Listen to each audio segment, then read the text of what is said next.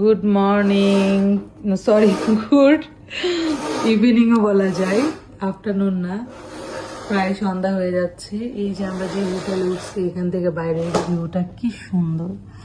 So আমরা আসছি হচ্ছে মালয়েশিয়া বুকেত মিন্তানে। সো আমরা এসে যে ঘুম দিছি, মানে মাত্র উঠছি, আজকে সারাদিন ঘুমায় পার করছি। ওয়াও, আসলে অনেক সুন্দর ভিউ।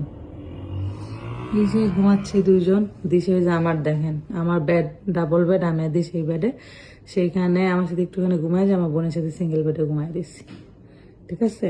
আর আমার বোন আলাদা বেডের রুমে থাকবে না, এই জন্য আর কি আমরা 3 রুম একসাথে করে নিছি। সো এই এসে ঘুম দিছি, একটু পরে বের হবো। দিশু, আয় দিশা, কয়টা বাজে জানো?